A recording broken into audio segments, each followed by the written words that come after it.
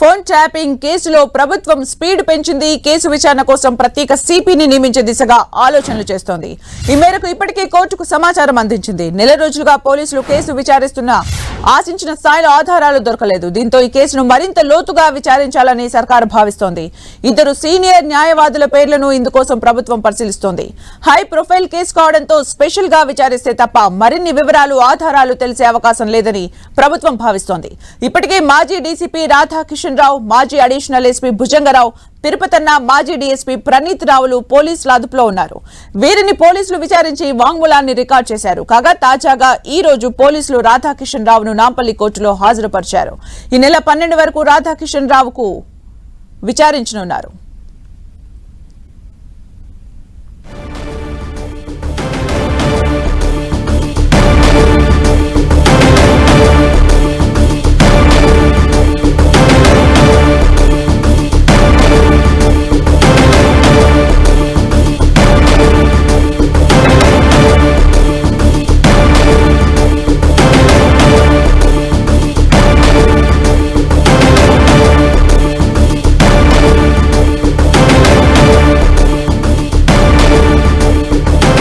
Phone tapping కేసులో ప్రభుత్వం speed పెంచింది. కేసు విచారణ కోసం ప్రత్యేక సిపిని నియమించే దిశగా ఆలోచనలు చేస్తోంది. ఈ మేరకు ఇప్పటికే కోర్టుకు సమాచారం అందించింది.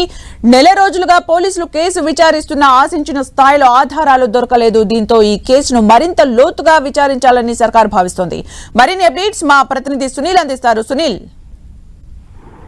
రాజకీయ ప్రగల్భాలు సృష్టిస్తున్నటువంటి ఫోన్ ట్యాపింగ్ కేసులో పోలీసులు దర్యాప్తు ముమ్మరం చేశారు. ఇప్పటికీ కేసులో మొత్తం 4 పోలీసు అధికారులను అరెస్ట్ చేశారు. అందులో ప్రణీత్ రావుతో పాటు భుజంగరావు, తిరుపతన్న, అదేవిధంగా డీసీపీ మాజీ టాస్క్ ఫోర్స్ గా ఉన్నటువంటి రాధాకిషన్, దాదాపు 4 అరెస్ట్ చేసి వారందరినీ కూడా జ్యుడిషియల్ రిమాండ్ ఇచ్చి పోలీసు కస్టడీకి తీసుకొని సుదీర్ఘంగా విచారిస్తూ కొంత వారి యొక్క స్టేట్మెంట్ కూడా నమోదు. ఈ రోజు 7 రోజుల పాటు సుదీర్ఘంగా విచారించినటువంటి మాజీ డీసీపీ రాధాకిషన్ కొద్దిసేపు నాంపల్లి కోర్టులో న్యాయమూర్తి ముందు ప్రొడ్యూస్ చేయడం జరిగింది. అక్కడికి మళ్ళీ ఈ నెల 12 వరకు రిమాండ్ పొడిగించడం జరిగింది. ప్రస్తుతం అతను నాంపల్లి కోర్టు నుంచి పొడిగించడం జరిగింది. ప్రస్తుతం అతను నాంపల్లి కోర్టు నుంచి చెంచల్గూడ జైలుకు కూడా తరలించారు. ఇక మరోవైపు ఈ కేసులో మరికొంతమంది స్టేట్మెంట్ కూడా నమోదు చేసుకోవాల్సినటువంటి అవసరం ఉంది. కాబట్టి ఈ కేసు ఎంతో ప్రతిష్టాత్మకంగా ఉన్నటువంటి ఈ కేసుని స్పెషల్ జీపీని నియమించాలని ప్రభుత్వం భావిస్తుంది. ఇందులో భాగంగానే ఒక 2-3 పేర్లను కూడా ప్రభుత్వము పరిశీలిస్తున్నట్టు కూడా సమాచారం తెలుస్తుంది. ఇక ఈ రోజు సాయంత్రం వరకు కూడా ప్రభుత్వం నుంచి ఒక జీవో విడుదలైన తర్వాత ఈ ఫోన్ ట్యాపింగ్ సంబంధించి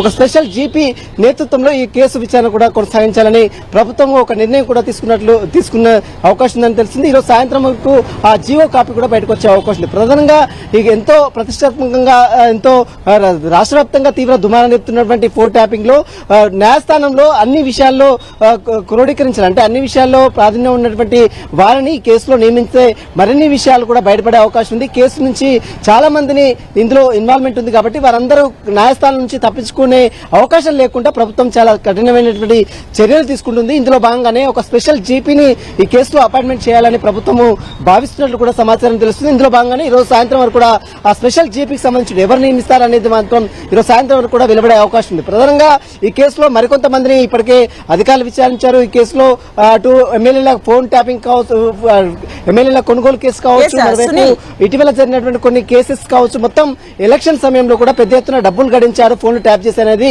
ప్రధాన అభియోగం. కాబట్టి ప్రస్తుతం అయితే ఆ కోణంలో కూడా పోలీసులు దర్యాప్తు కొనసాగిస్తున్నారు. సుమిత్ర, అంటే స్పెషల్ ఆఫీసర్స్ ని నియమించిన తర్వాత ఎలాంటి ఆధారాలు సేకరించే అవకాశం ఉంది? ఇప్పటి వరకు జరిగిన విచారణకు స్పెషల్ ఆఫీసర్స్ వచ్చిన తర్వాత విచారణకు డిఫరెన్స్ ఏముండబోతోంది? స్పెషల్ జీపీని ప్రస్తుతం న్యాయస్థానంలో ఈ కేసుని వాదించడానికి స్పెషల్ జీపీని నియమించాలని ప్రభుత్వం భావిస్తుంది. ఎందుకంటే పోలీసులు ఎన్ని ఎవిడెన్స్ కలెక్ట్ చేసినా అది న్యాయస్థానంలోకి వచ్చేసరికి నీరుగారి పోకుండా ఉండడం కోసము బలంగా, అంటే కోర్టు న్యాయస్థానంలో బలంగా వాదించడం కోసం ఒక స్పెషల్ జీపీని నియమించి కేసుని టేకప్ చేసే విధంగా చర్యలు తీసుకోవాలని ప్రభుత్వం భావిస్తుంది. కాబట్టి ఇందులో భాగంగానే ఈ రోజు సాయంత్రం వరకు కూడా ప్రభుత్వం ఒక స్పెషల్ జీవోని విడుదల చేసి ఒక స్పెషల్ జీపీని కూడా అపాయింట్మెంట్ చేసే అవకాశం ఉంది.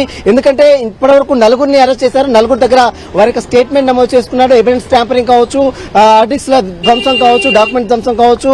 మరోవైపు ఫోన్ ట్యాపింగ్ లో ముఖ్యంగా ప్రతిపక్ష నేతలకు సంబంధించిన ఫోన్ ట్యాపింగ్ లో, అదేవిధంగా చాలా మంది రియల్ ఎస్టేట్, హవాలా వ్యాపారులు, బంగారు వ్యాపారులు వీరందరూ కూడా ఒక నేర సామ్రాజ్యాన్ని ఏర్పాటు చేసుకుని విచ్చలవిడిగా ఫోన్లు ట్యాప్ చేసి కోట్ల రూపాయలు దండుకున్నారనేటువంటి ప్రధాన అభియోగాలతో ఈ కేసుని పోలీసులు టేకప్ చేసి ప్రస్తుతం అయితే నలుగురిని అరెస్ట్ చేశారు. నలుగురి దగ్గర నుంచి కొంత స్టేట్మెంట్ నమోదు చేసుకున్న తర్వాత వారి దగ్గర నుంచి మరికొంతమంది పేర్లు కూడా బయటకు వస్తున్నాయి. ఇందులో ప్రధానంగా గతంలో అధికార పార్టీకి చెందినటువంటి నేతల పేర్లు కూడా బలంగా వినపడుతున్నాయి. కాబట్టి వాటికి సంబంధించిన దానిపై కూడా న్యాయస్థానంలో బలంగా వినిపించాల్సిన అవసరం ఉంది. కాబట్టి ఈ కేసులో స్పెషల్ జీపీ నియమించాలని ప్రభుత్వం భావిస్తుంది. ఈ రోజు సాయంత్రం వరకు కూడా జీవో కూడా వచ్చే అవకాశం ఉంది. Sumitra, thank you Sunil for the updates.